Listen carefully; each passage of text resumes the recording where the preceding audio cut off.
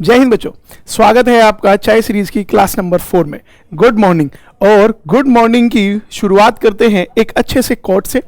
क्या हार में क्या जीत में, किंचित नहीं भयभीत में, कर्तव्य पथ पर जो भी मिला यह भी सही वह भी सही, वरदान नहीं मानूंगा हो कुछ भी पर हार नहीं मानूंगा। ठीक है, बहुत ही अच्छा कोट है और इसके साथ आपकी दिन की शुरुआत। और शुरू करते हैं आज के क्वेश्चंस बच्चों।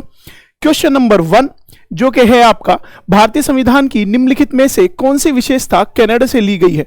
बच्चों अगर आपने पॉलिटी अब से पहले नहीं पढ़ी है तो मैंने 14 क्लासेस में 14 क्लासेस में पॉलिटी बिल्कुल कंप्लीट कराई है। दफ्तर सीरीज में आप प्लेलिस्ट में जाएंगे तो वहां आपको मिल जाएगी। उसके बाद आपको ये क्वेश्चन हलवा लगेंगे, एक बार आप जरूर ट्राई कर सकते हो। ठीक है, जरा देखते हैं हमने कनाडा से बच्चों क्या लिया है। जैसे कि रूल ऑफ लॉ है, रूल ऑफ लॉ आप लोग सब जानते हैं कि हमने यूके से लिया है। उसके बाद इंपीचमेंट का जो प्रोसेस है वो हमने यूएसए से लिया है।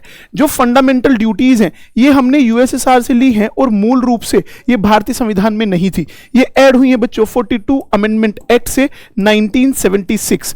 ओरिजिनली 10 थी, अब एक और ऐड हुई है यानी कि ये 11 है। 11वीं जो ऐड हुई है वो एजुकेशन वाली है, फंडामेंटल राइट भी है और वो ड्यूटी भी है।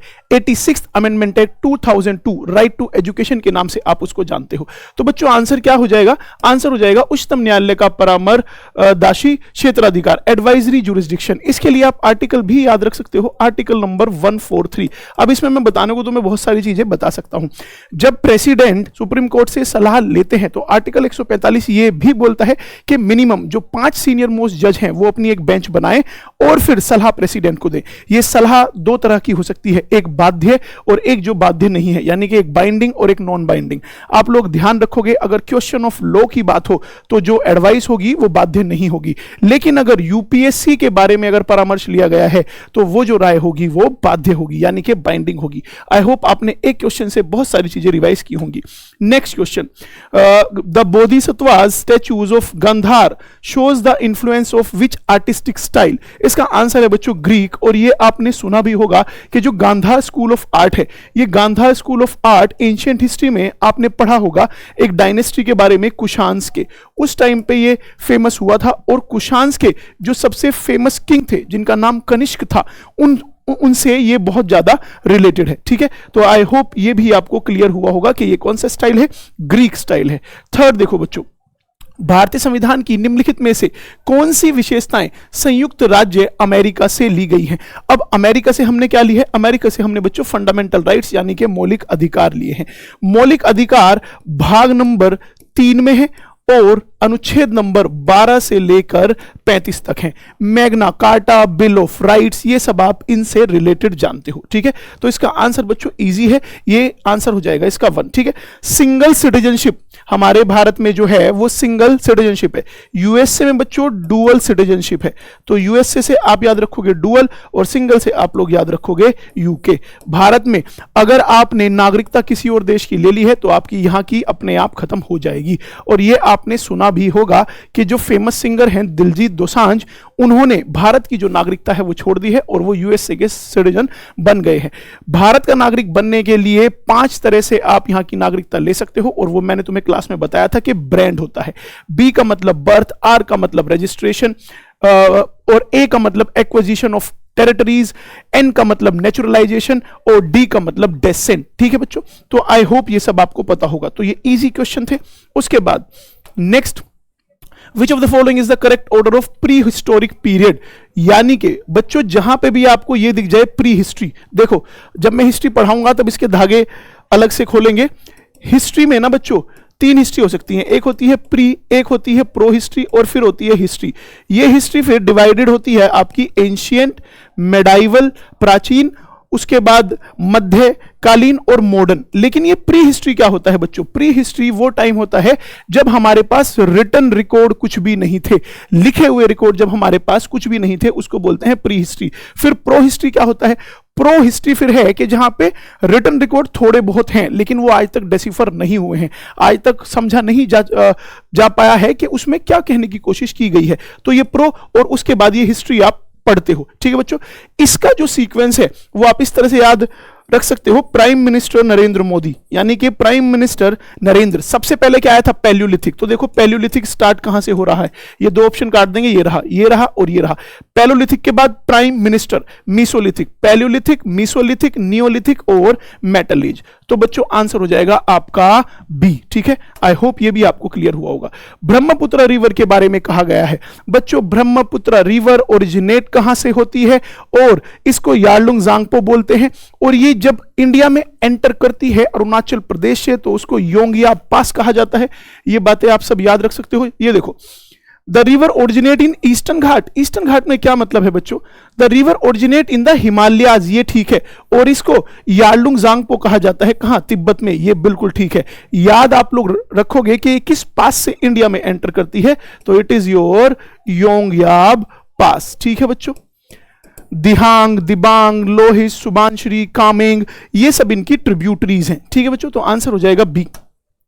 नेक्स्ट ये देखो, इकोनॉमिक्स का क्वेश्चन है। इकोनॉमिक्स थोड़ी सी कंसेप्चुअल, थोड़ी सी मतलब टेक्निकल, और बच्चों को ये थोड़ी सी टफ लगती है। दफ्तर सीरीज में मैंने इकोनॉमिक्स शुरू कराई है, अभी सिर्फ 2 क्लासेस हुई हैं। 3 बजे आप वहां मेरे से लाइव जुड़ सकते हैं। पहली जो मैंने क्लास कराई है उस एक क्लास को बस देख लेना, आपको समझ में आ जाएगा कि हाँ, इकोनॉमिक्स भी आसान शब्दों में समझी जा सकती है। ये देखो, यदि किसी उत्पाद की कीमत तो बढ़ी है कितनी? 10%, और इसका परिणाम स्वरूप उसकी मांग 20% कम हो जाती है, तो आप इस मांग को किस श्रेणी में रखोगे? If the price of product goes up by, price कितना? 10%, और उसके रिजल्ट से जो क्वांटिटी डिमांडेड है वो 20% अगर घट जाती है तो उसको क्या कहेंगे? बच्चों, जब प्राइस से ज्यादा डिमांड घट जाए, जब प्राइस से ज्यादा डिमांड घट जाए तो उसको इलास्टिक कहा जाता है, यानी कि मांग लोचदार है और लोच 1 से अधिक है। ये जब हम ग्राफ से, जब हम दफ्तर सीरीज में इसको पढ़ेंगे बहुत आसान सी भाषा में, तो वहां पे ये बहुत ईजी हमें लगेगा। ठीक है बच्चों, नेक्स्ट ये देखिए, भारत में विभिन्न प्रकार की ग्रामीण बस्तियों के होने के लिए निम्नलिखित में से कौन सा कारक उत्तरदायी है? यानी कि which of the following is a factor responsible for having different types of rural settlement in India. इसके लिए बच्चों फिजिकल फीचर भी बहुत जरूरी होते हैं और सोशल स्ट्रक्चर भी बहुत जरूरी होता है, यानी कि बोथ।